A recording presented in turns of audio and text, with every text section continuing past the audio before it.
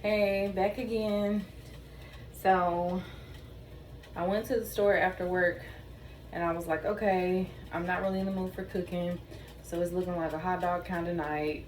But I was like, okay, I'll get bread for sandwiches. Well, I told y'all we were in a blizzard snowstorm happening. There was no bread in the grocery store. So, I'm going to make some bread from scratch.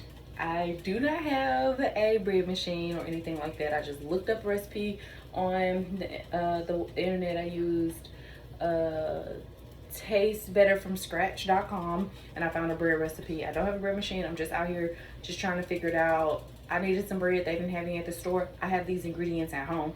So I thought I'd give it a try. Never have I ever made bread before.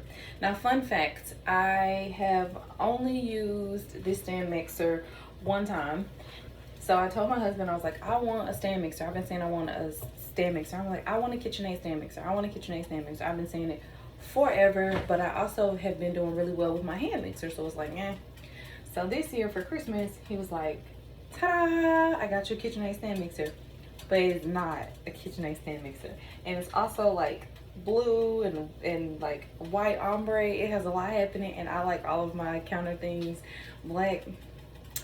So my first reaction in my head was like, oh, I have a stand mixer. And then when I saw the color, I thought, oh no. Have you ever done that? Has someone ever gifted you something and you were like, oh, I'm really excited about it, but you could have done it this way? Do you know how hurtful that is for someone to take the time out to go find something for you and to do something for you, only for you to be like, sorry, wasn't good enough? What he heard was stand mixer. The brand, the type, the color, even the quartz did not matter to him. What he heard was stand mixer. And that's what we have. There's nothing wrong with this stand mixer that I have.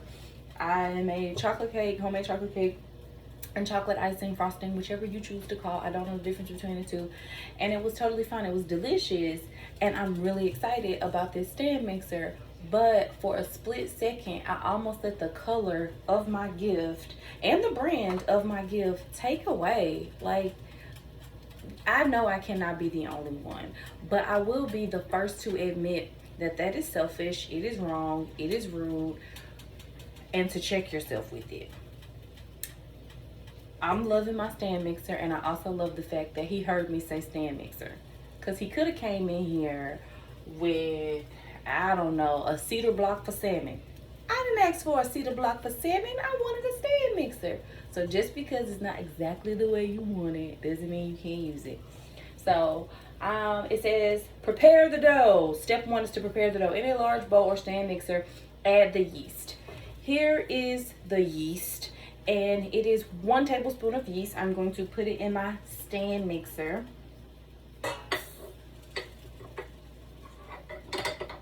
And I also have the dough hook on here.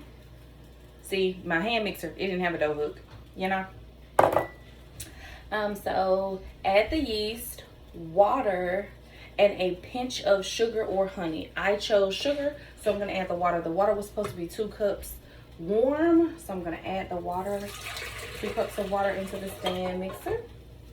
The next step was to add a pinch of sugar or honey, so a pinch. This is the sugar, so I'm gonna take a pinch and I'm gonna put it into the stand mixer. And then allow to rest 5 to 10 minutes until foaming and bubbling. This is called proofing the yeast to make sure it is active. If it doesn't foam, the yeast is no good and you will need to start over with fresh yeast. So I'll let you know if it bubbles or not. Right now, I'm gonna attempt to show you exactly what it looks like. And I'll be back to show you if it proofs or not. First time making homemade bread without bread machine. Here's the dough. First rise. Second rise is happening on the stove for a little bit while the oven is preheating to 350. And this is it right before it goes in. This is the after 30 minutes golden brown bread. This has a little bit of butter on top right before the family tasted it. So I cut it up and we ended up eating a whole loaf of bread.